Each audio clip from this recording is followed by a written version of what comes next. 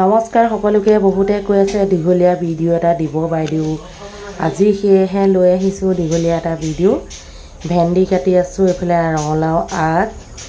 লগতে আপোনালোকক জনাও ইয়াৰ মধ্যে কেৰাহী পাতি লৈছো এটা এটাকে বনাই থাকিম দেখুৱাই থাকিম আৰু আতৰলে ফুৰিবলৈ যোৱা হোৱা নাই সেইভাবে দীঘলীয়া ভিডিও বনোৱাও হোৱা নাই শৰ্ট ভিডিও সময় দি আছো জলকীয়া পিয়াজ ভাজি লোৱাৰ পাছত লাহেকে মই এতিয়া ভেন্দিখিনি ইয়াতে যোগ কৰি দিলো ভেন্দিখিনি ভাজি হোৱাৰ লগে লগে আৰু এটা বস্তু বনাম বনোৱা সিজুৱাই দিব লাগিব যেহেতু আতৰলে কোনো যোৱা হোৱা নাই লগতে আমাৰ অসমৰ চুকে কোণে বানপানী যিহে মানে ৰূপ ধাৰণ কৰিছে সঁচাকৈ দেখিলে বৰ দুখ লগা হৈছে তথাপিতো আমাৰ গোলাঘাট বাসী অকমান মানে সুখত আছে বুলি ভাবিব লাগিব এতিয়া আকৌ বেলেগ এটা ভাজিবলৈ লৈছো সেইটো হৈছে কি আপোনালোকে চাই থাকক পিয়াজখিনি মই অকমান ৰঙচুৱা কৰি এয়া তিতা কেৰেলা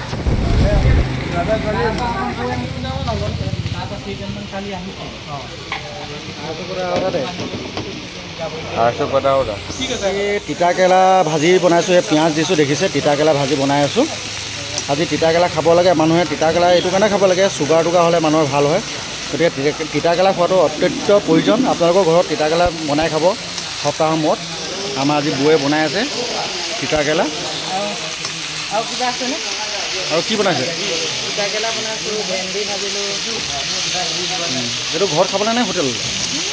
এইখিনি হোটেলত খাম তুমি হোটেলত নোখোৱা তিতা কেৰেলা কেঁচাকৈ খোৱা মানুহজনী এইজনী আজি আকৌ আজি তিতা কেৰেলা ভাজি খাইছে জলকীয়া দি দিছোঁ গোটাই গোটাই এজন মানে ভাইটি আছিলে সি আকৌ কেমেৰা ধৰিছিলে অলপ আগত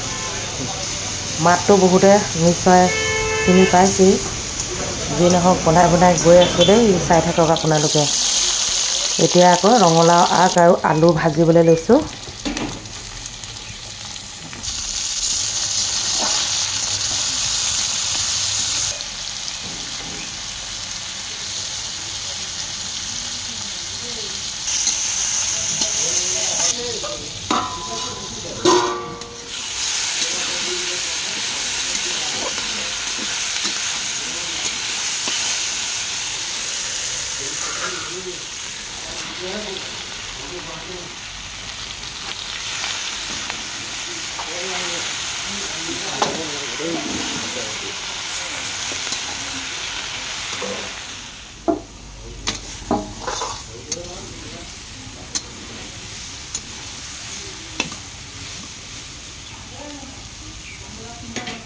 আজি দুপৰীয়াৰ বাবে